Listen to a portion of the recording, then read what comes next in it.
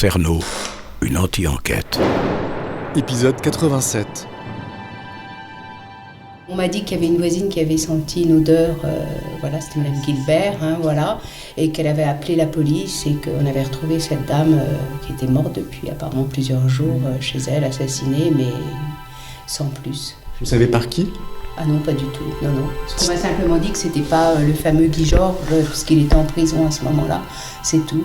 C'était Thierry Paulin. Ou Thierry Paulin, ou je confonds, Thierry Paulin, qui avait tué pas mal de vieilles dames. Que c'était pas lui parce qu'il était en prison, c'est tout ce qu'on m'a dit. Ah bon, c'est pas lui ? Le diable, c'est pas celui-là qu'on te monte à la télé avec une grande queue. Non. Ich heiße Thorsten Wolleck. Il tuait comme d'autres vont au bureau. Est-ce que c'est un aliéné ? Entre le docteur Petiot et Landru. Oh oui. Sylvie Vartan a une prise d'angoisse. Plus personne ne se souvenait d'elle. Une dame qui a été tuée ici. C'est vrai qu'elle était très peu ridée. Vous êtes tombé amoureux d'elle. Pas une visite, pas un coup de fil. On peut la martyriser. Cerno. Une série sanglante où le scénario est à chaque fois le même. 3, 2, 1. Mais je pense que là, je vous ai dit tout ce dont je me souviens. 86, c'est long, puis on est pris dans le tourbillon de la vie, Vous l'avez oublié, cette histoire ? Qu'est-ce qu'elle est devenue ? Non, je l'ai toujours, j'y pense toujours, oui, j'y pense toujours, oui. Toujours. Oui, pas vous dire au quotidien, bien sûr, mais vous voyez, là, vous m'en parlez, c'est un petit peu comme si c'était hier, quoi. Que je vois tout ce monde sur le trottoir, les journalistes, etc. D'accord. Bon. Voilà. Merci beaucoup. Écoutez, de rien, désolée de vous recevoir comme ça. Au revoir. Merci Frédéric. Au revoir. Voilà. Mais c'est vrai que cette histoire d'odeur là, c'est ça qui réveille quelque chose en moi là. Ah bon ? Oui. Donc vous avez occulté, probablement. Peut-être occulté, ou mes troubles de la mémoire, qui a sélectionné de ne pas garder ça. Pourquoi, à votre avis ? Vous auriez choisi de ne pas garder ça ? C'est parce que c'est une histoire qui est pas belle. Oui, c'est ça, et que c'est mieux de garder des souvenirs positifs, mais après, ça me fait penser à ce crime qui a eu lieu dans le 11e arrondissement, aussi d'une femme juive. Oui, récemment. Ouais. Oui, il y a quelques années, il n'y a pas longtemps. Mais voilà, c'est pas parce qu'on est vieille, c'est pas parce qu'on est juive, ou je sais pas quoi, qu'on doit tuer, quoi. C'est honteux. Mon prénom, c'est Julien, et vous ? Laurence. D'accord. Alors, qu'est-ce que vous allez faire de tout ça ?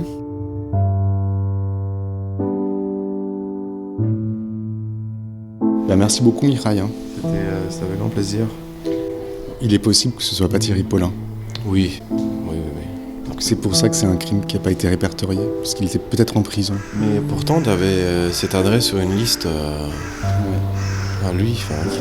Il faut que je fasse des recherches. Non, normalement, il était... Qu'est-ce que tu vas faire maintenant ? On va prendre un déjeuner avec Irène et sa sœur. Bon. Au plaisir alors. Bon dimanche. Ouais, merci. Toi aussi, bon dimanche, Mireille. Ciao. Moi, je rentre. J'ai plein de recherches à faire. «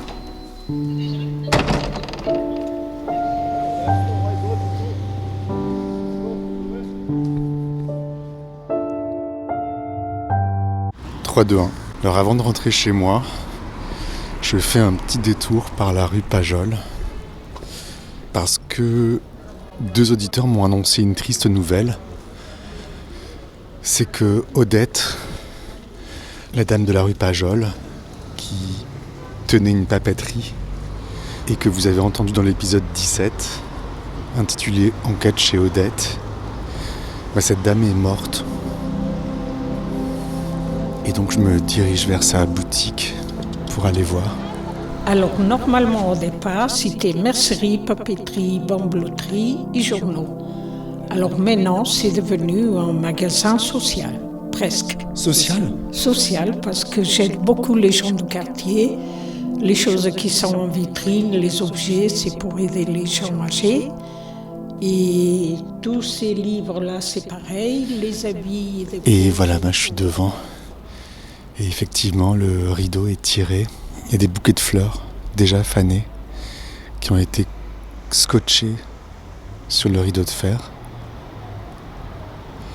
Et des gens ont laissé des mots. Alors je vous lis ce qui est écrit. Chers voisins et amis, un petit mot pour vous dire que vos mots doux, tendres et émouvants, vos dessins, accompagneront Odette dans son dernier voyage terrestre lors de la mise en bière. La cérémonie aura lieu le samedi 19 février 2022 au crématorium du Père-Lachaise à 10h30. Là, il y a un poème.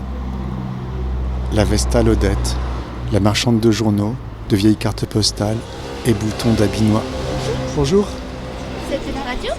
Oui, je fais du podcast en fait, je suis un podcasteur. Vous connaissiez Odette ? Oui, on la connaissait bien, oui. Et on l'a vue jusqu'au dernier jour dans sa boutique, et puis après, elle s'est arrêtée parce qu'elle était malade, donc elle ne pouvait plus. Ah, d'accord, je me demandais ce qui s'était passé. Vous voyez les réactions des gens. Il y a eu beaucoup de gens en fait à son enterrement. Il y avait à peu près une centaine de personnes et tous les voisins étaient vraiment très touchés. Vous la connaissiez bien alors ? Dans ces 2 dernières années de vie, en fait, on a poussé la boutique pendant le confinement parce que c'était la seule qui était ouverte pour vendre les journaux. D'accord. Et donc on a découvert Odette et puis tout son monde, tous ses amis, tous les gens qu'elle aidait, parce que c'était vraiment à la fois... c'était un peu l'âme du quartier en fait, c'est ce que mon compagnon a écrit sur le petit poème là. Ah, c'est votre compagnon qui a écrit ce poème ? Oui. Ah, d'accord, bonjour monsieur. Vous êtes tous les deux à vélo ?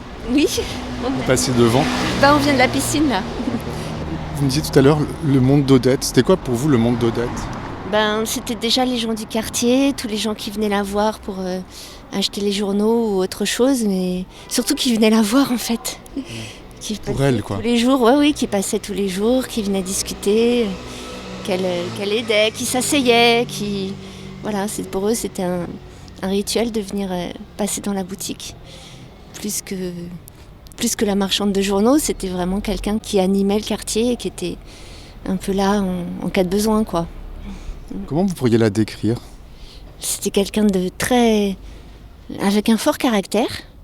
Elle nous racontait qu'elle était partie du Portugal parce que c'était la dictature et qu'elle supportait pas trop cette ambiance. Et elle est partie avec son sac à main, à pied en fait, avec rien. Puis elle a reconstruit sa vie ici. Elle avait quand même 76 ans, elle était toujours dans la boutique, donc une volonté de faire. Elle s'occupait pas trop d'elle en fait. Donc la maladie, elle s'en est pas occupée. Et elle était toujours accueillante pour les gens qui venaient la voir. Même si elle avait ses préférences, elle savait, elle marquait les limites aussi. Mais en tout cas, elle était très ouverte, très, très humaine. Voilà, avec des convictions et une femme libre. Libre et ouverte, oui, c'est ça. Et puis elle a amené sa barque comme ça. Je sais pas quoi vous dire d'autre. 76 ans, c'est pas vieux pour mourir. Non, mais bon, elle travaillait encore tous les jours, ouvrir la boutique, récupérer les journaux, trimballer tout, parce qu'elle avait beaucoup de journaux qui arrivaient des magazines. Donc la boutique, c'était un espèce de grand bric-à-brac avec tous ces magazines qui arrivaient par flot. Et c'est quand même un certain âge pour continuer à faire ce travail qui est dur. Tous les matins, je sais pas à quelle heure elle arrivait, mais très tôt. Donc, mais je crois que c'était sa vie en fait. Je sais pas si elle aurait pu s'arrêter avant, mais en tout cas c'était sa vie d'être ici. C'était sa vie, ouais. Ouais, c'est ça. Ouais. Monsieur, c'est vous qui avez écrit le poème ? J'ai écrit ce poème, oui. J'ai écrit ce poème parce qu'avec Florence, là, on avait découvert Odette et parlé avec elle. Et pour moi, elle incarnait la poésie. Moi, à la poésie ? Moi, je dirais ça. Enfin, pour moi, puis qui suis poète, qui aime la poésie, qui est un peu mon mode d'expression. Si je puis dire, depuis toujours, on avait découvert une personne qui, pour moi, incarne la poésie dans la bonté, la douceur, l'éclectisme, son côté accueillant, hospitalier, généreux, ouvert, enfin plein de qualités, cosmopolite, humoristique, douce, je ne sais pas comment vous dire, et voilà, ça m'avait inspiré un petit poème. Vous pourriez me le lire, Je peux vous le lire, oui, parce que La Vestale Odette, c'est le titre, La Vestale Odette, la marchande de journaux, de vieilles cartes postales et boutons d'habits nacrés, car elle est aussi mercière de son métier et vestale au bout de la rue Pajol.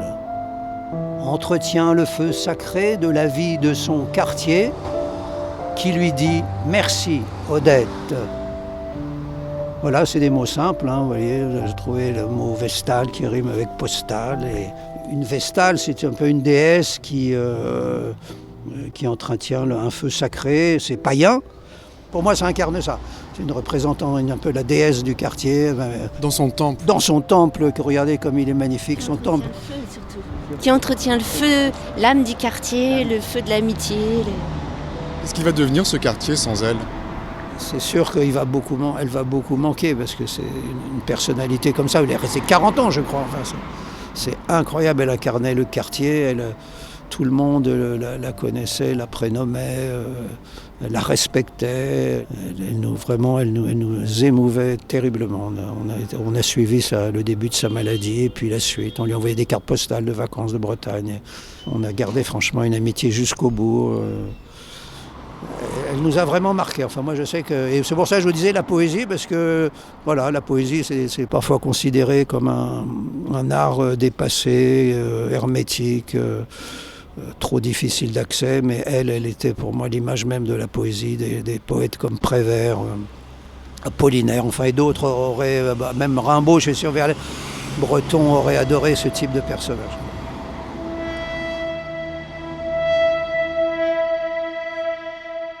Moi, je m'appelle Julien et vous, vos prénoms, c'est...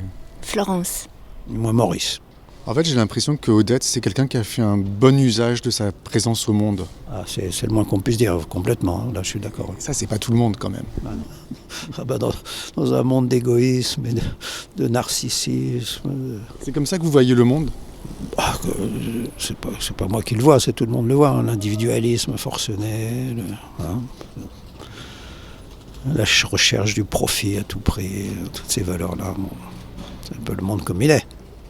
C'est pas un monde de poésie. Hein. La poésie, elle est reléguée au fond, même plus dans les magasins. Non, c'est vrai, vous savez, on n'est plus capable de citer un poète contemporain aujourd'hui. Hein. Et vous êtes poète ? Moi, je suis poète. De cœur, et d'écriture. J'ai un site internet, Maurice Coton, voilà. Ok, j'irai voir. Voilà. Ouais, vous êtes gentil parce que j'ai été salarié, hein, comme tout le monde, et je faisais des poèmes, donc je me suis pas du tout. Au début, j'essayais un petit peu de publier, mais voilà, c'est très difficile, donc je continue à écrire des poèmes. J'avais ma vie de famille et tout ça. Donc, et maintenant que je suis à la retraite, je les ai mis sur internet, je les mets au fur et à mesure, chronologiquement, des plus récents aux plus anciens. Vous étiez salarié, vous faisiez quoi comme travail ? J'étais à la SNCF, donc j'ai fait, pas seulement, mais principalement ma grande carrière à la SNCF, comme cadre, on va dire, cadre, dans une entreprise publique. J'ai essayé de servir de mon mieux, même si c'était pas toujours facile. Alors ça vous servait à quoi la poésie ? Pardon ? Ça vous servait à quoi la poésie ? La poésie, ça m'a toujours servi à vivre. Hein. Ça, c'était mon écriture. Moi, c'est l'écriture, vous voyez, donc l'écriture poétique. Ça m'a toujours occupé l'esprit. J'ai toujours fait des poèmes. Toujours écrit depuis mon adolescence.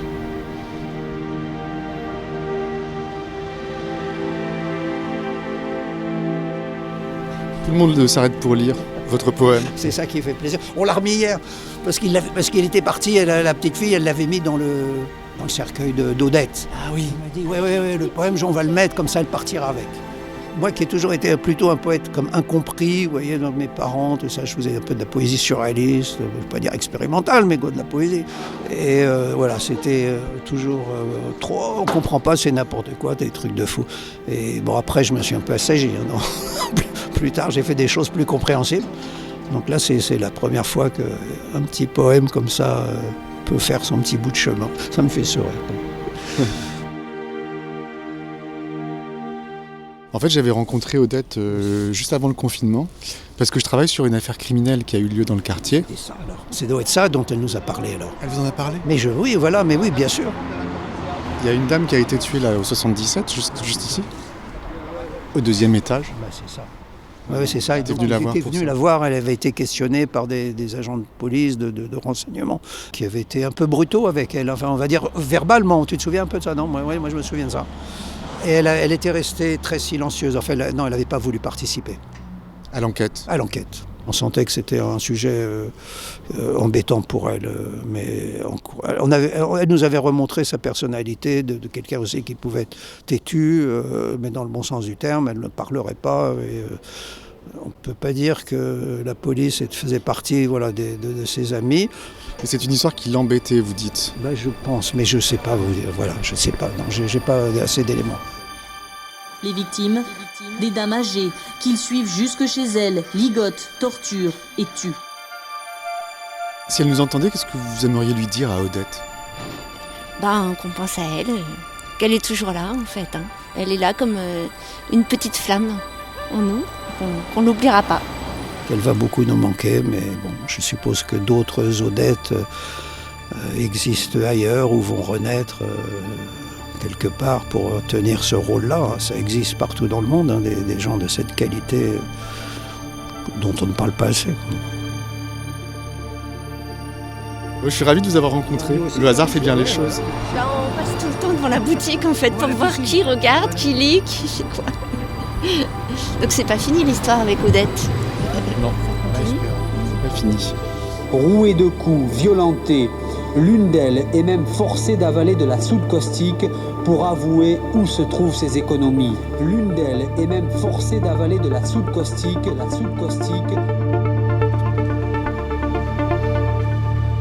Donc je vous rappelle que j'étais allé voir Odette parce que sa boutique était juste à côté du 77 rue Pajol où avait été tuée Marie Chouet en 1984. La boutique d'Odette étant au 79. Et en fait, il y a un petit problème avec Odette. Et je suis désolé de vous l'apprendre. Le petit problème, c'est que il y a un truc que j'avais coupé au montage parce que je comprenais pas. Quelque chose qu'elle m'a dit que je trouvais incohérent et j'étais un peu embarrassé. Je comprenais pas pourquoi elle m'avait dit ça. Je pensais qu'elle se trompait et donc voilà, je l'avais coupé de mon montage. Et ce problème, c'est un problème de date. C'est-à-dire que Odette m'a affirmé qu'elle était arrivée ici en 1985 et qu'elle était sûre de ça. Or, le meurtre a eu lieu en 1984. Et donc, c'est pas possible qu'elle ait connu la victime, qu'elle ait été interrogée par la police, etc. Mais je pense qu'il vaut mieux que je vous fasse écouter le petit passage que j'ai enlevé.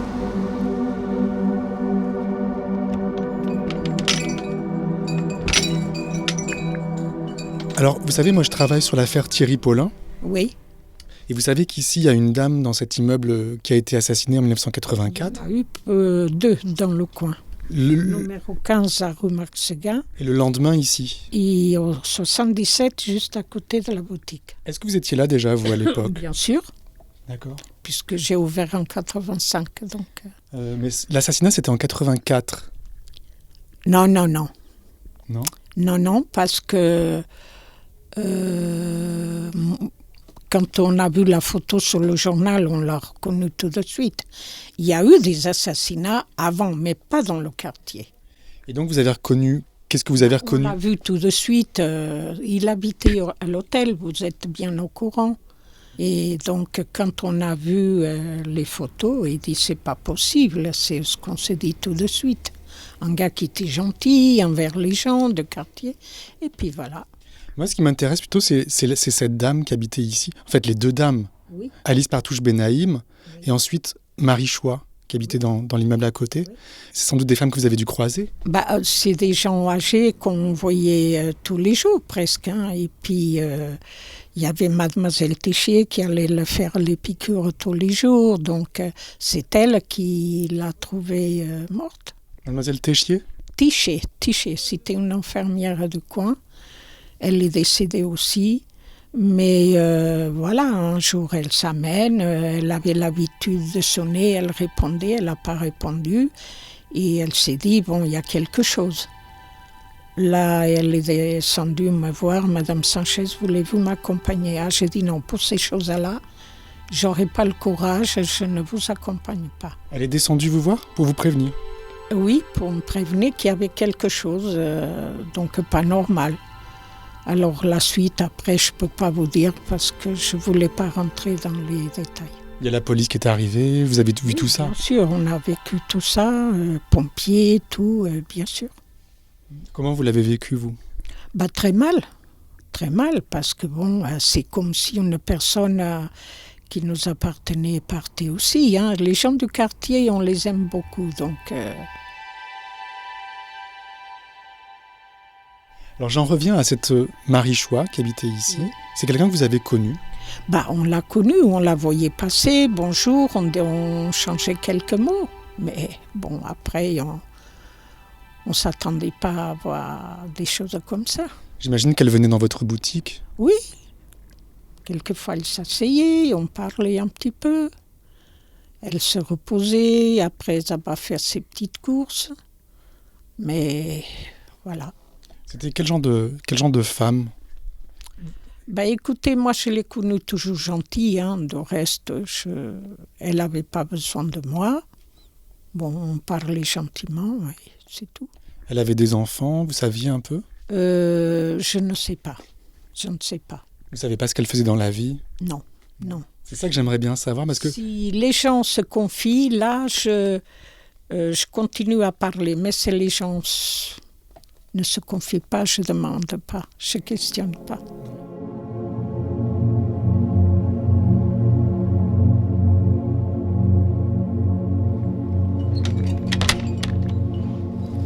Voilà. Et du coup, j'ai vérifié dans le dossier que j'ai récupéré chez le commissaire laitier. Et j'ai remarqué qu'il y avait une enquête de voisinage donc très précise qui avait été menée à l'époque. Et effectivement, Odette n'apparaît pas. Et j'ai la confirmation que la papeterie ne lui appartenait pas à l'époque. Alors je vous lis le petit compte-rendu sur le 79 rue de Pajol, donc extrait du dossier du commissaire laitier. Il s'agit d'une librairie dont la propriétaire est Madame Briola Lucie, 73 ans. Cette personne est propriétaire depuis 28 ans. Elle connaissait bien Madame Choix, mais nous précisait que cette dernière n'était plus cliente depuis plusieurs mois. Madame Briola a vu Madame Choix pour la dernière fois lundi 5 novembre, alors qu'elle venait de la place Hébert. Voilà. Donc Odette n'habitait pas là à l'époque. Et je me demande vraiment pourquoi elle m'a raconté ça. Donc voilà, c'est un petit mystère dans le grand mystère de cette affaire. C'est ouvert dans l'appartement de Marie Choix. Je pense que les gens qui habitent là sont loin de se douter de ce qui s'est passé dans leur appartement. Et tant mieux pour eux. Maintenant, je rentre chez moi.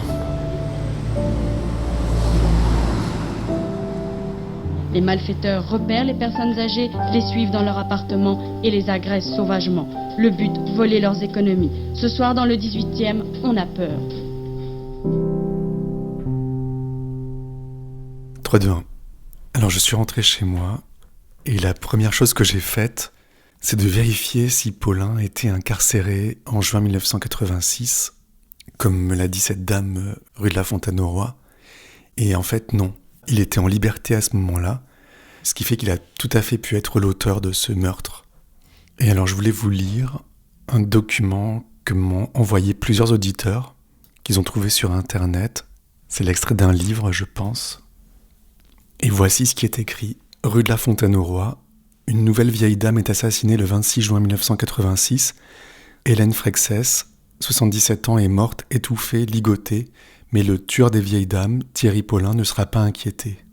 Alors pourquoi Paulin n'a pas été inquiété? Donc je vais essayer de trouver dans le dossier du commissaire laitier d'autres informations sur Hélène Rose. Mais autant chercher une aiguille dans une meule de foin. Donc là il y a un tableau synoptique donc, qui a été créé par le commissaire laitier qui répertorie toutes les victimes. En fait, qui répertorie tous les meurtres de personnes âgées à Paris d'octobre 84 à décembre 87.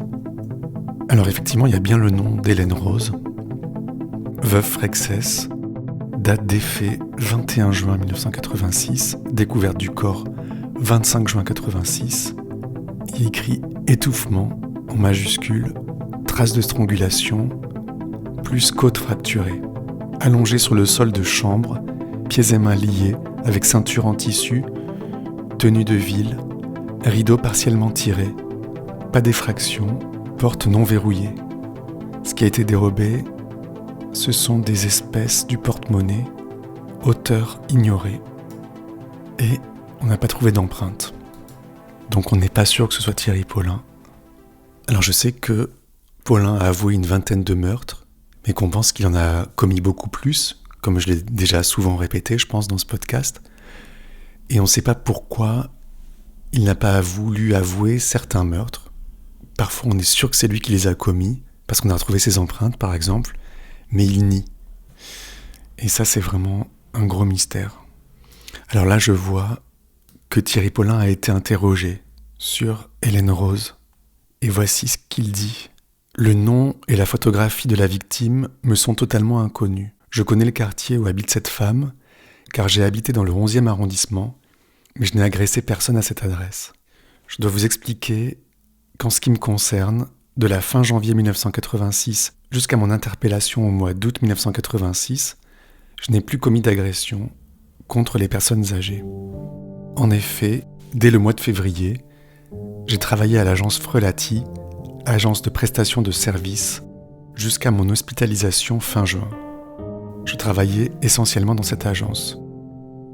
Je travaillais du matin au soir, sans interruption. L'agence n'existe plus, et ce depuis juin 1986. Elle était installée au 57 rue du Temple.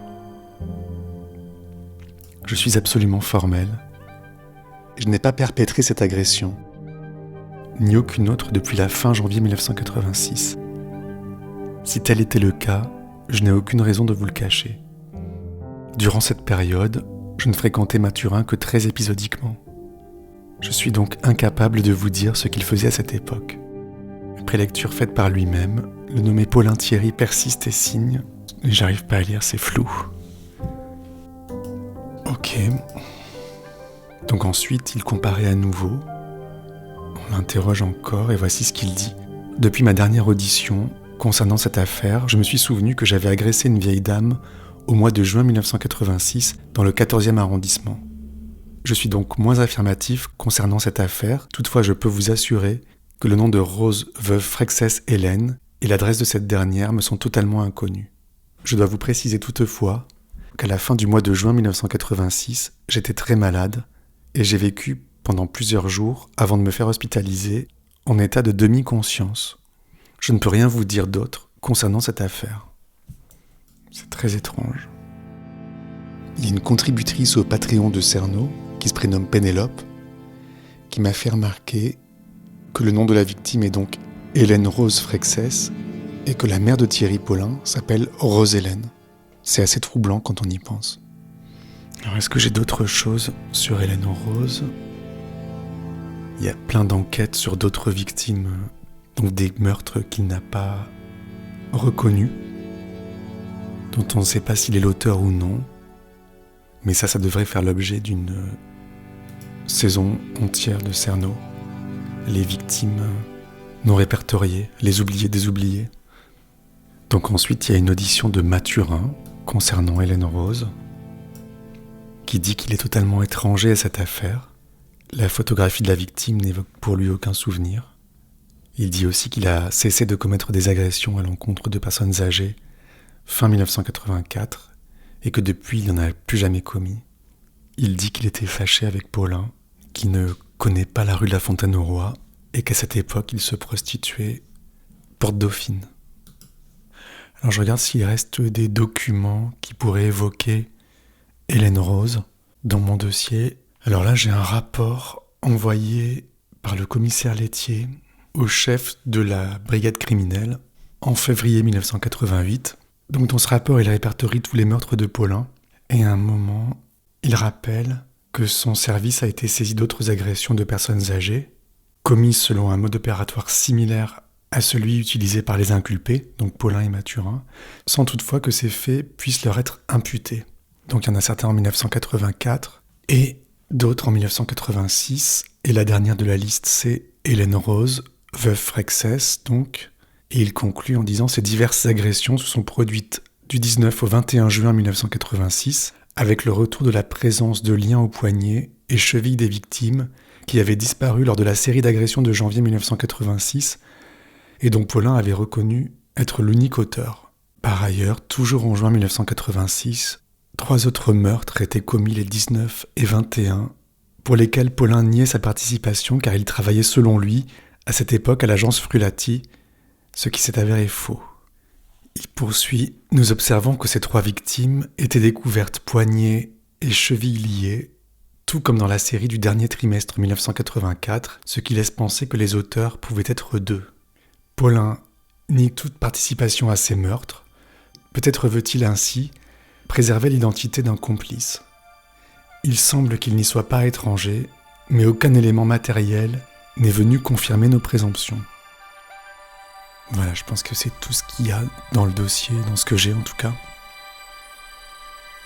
Et alors, aussi incroyable que ça puisse paraître, je viens d'être notifié à l'instant d'un commentaire relatif à l'épisode 86 sur YouTube, parce que Cerno est aussi diffusé sur YouTube, et je vous le lis. Bonjour, la victime était ma grand-mère, et effectivement le crime n'a jamais été relié à Thierry Paulin ou à son complice dans certains crimes, Thierry Mathurin, faute de preuves suffisantes, et comme il est mort peu de temps après son arrestation, impossible de prouver quoi que ce soit. À l'époque, il n'y avait pas de prélèvement ADN. Ma grand-mère, qui avait 77 ans au moment de son décès, n'était pas isolée, elle était encore très alerte, et elle passait le week-end à la maison tous les 15 jours. Je passais la voir régulièrement, et partais même quelques jours de temps en temps avec elle en voyage, dans la famille, la sienne, ou ailleurs. Cet événement a complètement détruit ma famille. À l'époque, il n'y avait pas de soutien psychologique, ça n'existait pas. Tout ce que je peux dire, c'est que nous n'avons jamais en majuscule, été mis au courant de la part de la police, sauf les premiers jours de l'enquête, des progrès ou du déroulement de l'enquête, si elle avait été abandonnée, s'ils avaient des suspects, bref, absolument rien de leur part. Comment faire son deuil dans ces conditions ? Impossible. Nous avons tous fait une dépression dans notre coin, à commencer par son fils, mon père, qui s'est remis à boire. Ma mère est morte d'un cancer 6 ans plus tard, en 1992. Mon père est décédé 5 ans jour pour jour après elle, en 1997. Je vis actuellement avec mon frère. Ce commentaire me donne des frissons. Je réponds tout de suite à cette dame, donc la petite fille d'Hélène Rose, parce que j'aimerais vraiment recueillir son témoignage. Et j'espère de tout cœur qu'elle me répondra et que je pourrai la rencontrer. À suivre. Aujourd'hui, nous avons des leçons à apprendre de cette atroce affaire. Merci à tous les contributeurs au Patreon de Cerno qui financent ce podcast. Je leur donne rendez-vous dimanche prochain pour un nouvel épisode exclusif, une véritable enquête dans l'enquête, consacrée en ce moment au mystère de la rue de la Roquette, sur patreon.com/Cerno. Presque une trentaine de compléments d'anti-enquête sont maintenant disponibles. Quant à tous les autres, je vous retrouve dans 15 jours pour l'épisode 88. D'ici là, ne laissez pas traîner vos grands-mères.